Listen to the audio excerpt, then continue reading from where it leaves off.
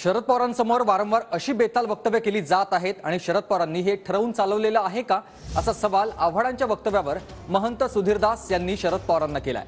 तसंच देशातील भक्तिमय वातावरणामुळे आव्हाड सारख्या राक्षसाचा जीव गुदमरतोय असं देखील महंत सुधीरदास महाराज यांनी जितेंद्र आव्हाडांवर टीका करताना म्हटलंय।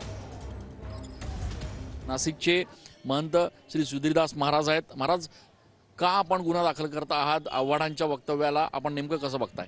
शरद पवार यांच्या समवेत त्यांच्या प्लॅटफॉर्मवरती वारंवार हिंदू देवतांचे अपमान होत असतात। मागेही जयंत पाटलांनी अशाच पद्धतीचं स्टेटमेंट दिलेलं होतं, अजून त्यांच्या काही नेतृत्वाने देखील अशा पद्धतीचं स्टेटमेंट दिलेलं होतं। तर हे सगळं शरद पवारांनी ठरवून चालवलं आहे का, की त्यांची ही जी अंडी पिल्ली आहेत ही सगळी ही जाणीवपूर्वक हिंदू धर्मावरती अटॅक करतायत की काय? त्याचाच एक परिणाम म्हणून काल जितेंद्र आव्हाडांनी जे वक्तव्य दिलं त्याच्यावरती आम्ही आज पंचवटी पोलीस स्टेशनला गुन्हा दाखल करीत आहोत। कोर्टात सुद्धा आम्ही जाणार आहोत आणि थोड्याच वेळात सर्व संत महात्मे या ठिकाणी जमतायत। अनेक संत महात्म्यांनी अशा पद्धतीचं एक आव्हान देखील आव्हाडांना दिलेलं आहे की त्यांनी राम मांसाहारी होते याचे काही दाखले द्यावेत। आपल्याकडनं असं काही आव्हान देण्यात येत आहे का आव्हाडांना?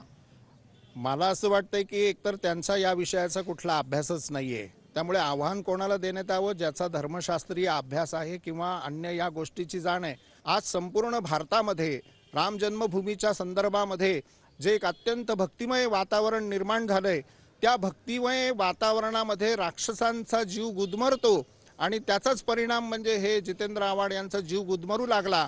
आणि जसे राक्षस आम्ही तर असं म्हणू की प्रभू रामचंद्रांनी 14,000 राक्षस जसे पंचवटीमध्ये मारले तेच हे जणू जन्माला आले की काय असं मला वाटायला लागलंय। कॅमेरा पर्सन आकाश शेवलेसह मी चंदन पूजाधिकारी, TV9 मराठी।